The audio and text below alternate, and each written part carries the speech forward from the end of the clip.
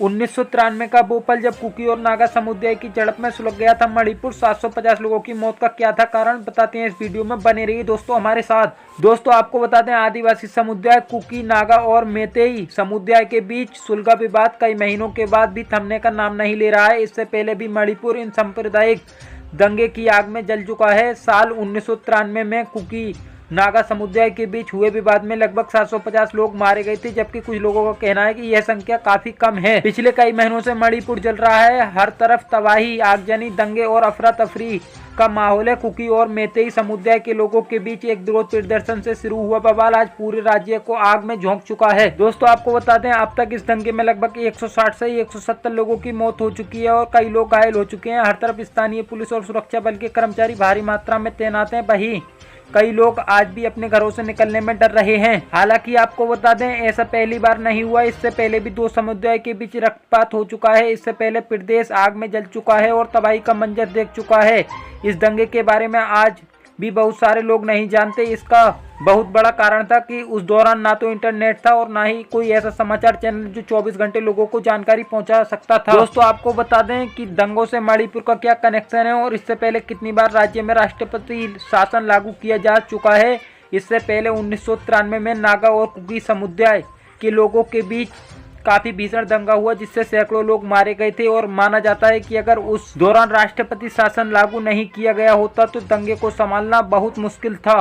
दोस्तों आपको बता दें, साल 1993 में मणिपुर हिंसा के दौरान राज्य में नागा और कुकी समुदाय आमने सामने थे। उस दौरान 10, 20 और 50 नहीं बल्कि सैकड़ों लोग मारे गए थे। कुछ आंकड़े बताते हैं कि लगभग 700 लोग, तो वहीं कुछ लोग कहना है कि इसमें अनगिनत लोग मारे गए थे। दोस्तों आपको बता दें, नागा और अल्पसंख्यक कुकी समुदाय के बीच संघर्ष इतना खूनी हो गया था कि इसमें बहुत कम समय में ही 85 लोगों की जान चली गई और पूरे गांव जलाए जाने लगे। कुकी और नागा दोनों ही ईसाई समुदाय के बीच जातीय शत्रुता, जेनोफोबिक असुरक्षा से शुरू हुई थी। स्थानीय नागा इस बात से नाराज थे कि कुकी समुदाय के लोग द्वारा उनकी भूमि पर अतिक्रमण कर लिया गया। दरअसल नागा हमेशा से कुकी समुदाय के लोगों को विदेशी मानते थे। हालांकि कुछ कुकी तब से मणिपुर में रह रहे हैं जब उन्हें 18वीं शताब्दी में बर्मा के चिन्ह हिल से अपनी मातृभूमि से बाहर निकाला गया था। आज राज्य में 18 लाख की आबादी में 2.5 लाख कुकी समुदाय लोग हैं, जबकि नागाओं की संख्या 4 लाख है।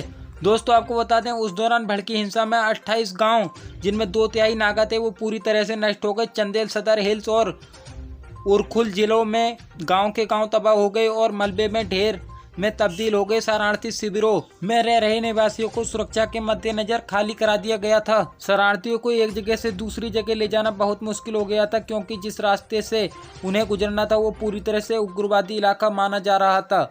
सड़क का यह हिस्सा Preeti Reddy national specialist council of Nagaland और बर्मा स्थित कुकी नेशनल आर्मी के विद्रोहियों के नियंत्रण में था। एक खुले मैदान में लगभग 300 नागा शरणार्थियों को रखा गया, क्योंकि कुकी विरोधी द्वारा उनके गांव पर किए गए हमले के बाद बेघर हो गए थे, जो पुरुष महिलाओं को उनके हाल पर छोड़कर जंगलों में भाग गए थे। लोगों में इस हद तक डर बैठा हुआ था कि जब सुरक्षा बल उनकी मदद के लिए गाँव पहुँचते थे तो उस दौरान नागा परिवार के लोग अपनी झोंपड़ी से बाहर नहीं निकलते थे, क्योंकि उन्हें लगता था कि कुकी समुदाय के लोग और उनकी झोंपड़ी और परिवार को तहस नहस कर देंगे। वहीं दोस्तों दूसरी ओर कुकी गांव सीता में सब कुछ उल्टा था। घात लगाकर किए जाने वाले हमलों को रोकने के लिए सेना ने दोनों तरफ के जंगलों को साफ कर दिया था और ग्रामीण ने संभावित नागा हमलों के खिलाफ अस्थायी बैरिकेड लगा दिए। नागाओं ने इस गांव पर हमला किया और लगभग 25 झोंपड़ियों में आग लगा दी।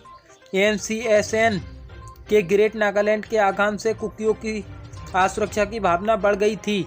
नागा हमलों का मुकाबला करने के लिए कई कुकी महिलाओं ने हथियार उठा लिए थे। संघर्ष की इस चल रही लड़ाई में, जिसने मणिपुर को विद्रोहियों का खेल मैदान में बदल दिया था, 5 पहाड़ी जिलों का शायद ही कोई गांव जिससे अछूता रह पाया था। कम्बांग खुलेन, एक खड़ी पहाड़ी पथ पर स्थित नागा गांव लगभग दुर्गम लगता है, यह भी जातीय रूप से अछूता नहीं था। मणिपुर में लगी आग की खबर अब राजनीतिक गलियारों में गूंजने लगी थी। इस घटना के दौरान राजकुमार दोरेंद्र सिंह मणिपुर के मुख्यमंत्री थे। उस वक्त नरसिम्हा राव देश के प्रधानमंत्री थे। उन्होंने अपने मंत्रिमंडल की सलाह पर राज्य में राष्ट्रपति शासन की सिफारिश की।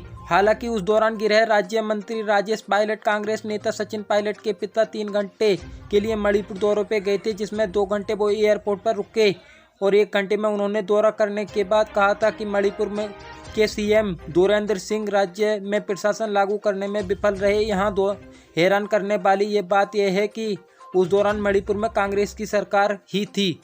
दोस्तों आपको बता दें, मणिपुर में कई बार लगा राष्ट्रपति शासन। पहली बार राष्ट्रपति शासन 19 जनवरी 1967 से 19 मार्च 1967 तक 66 दिन के लिए लगाया गया। उस समय मणिपुर केंद्र शासित विधानसभा का पहला चुनाव होना था।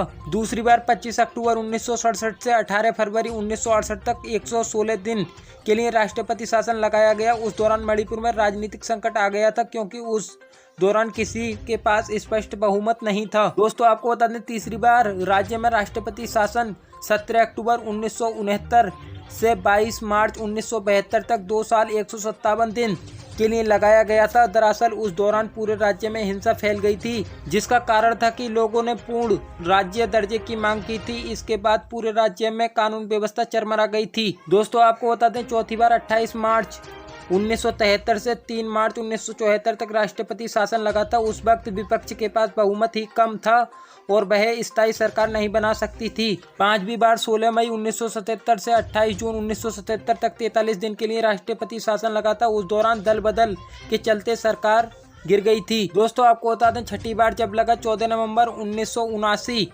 से 13 जनवरी 1980 तक 60 दिन के लिए राष्ट्रपति शासन लगा, जिसके लिए राजनीतिक कारण जिम्मेदार रहे। असंतोष और भ्रष्टाचार के आरोप के कारण सरकार बर्खास्त कर दी गई और विधानसभा भंग हो गई थी। दोस्तों 7वीं बार जब लगा 28 फरवरी 1981 से 18 जून 1981 तक राष्ट्रपति शासन लगा।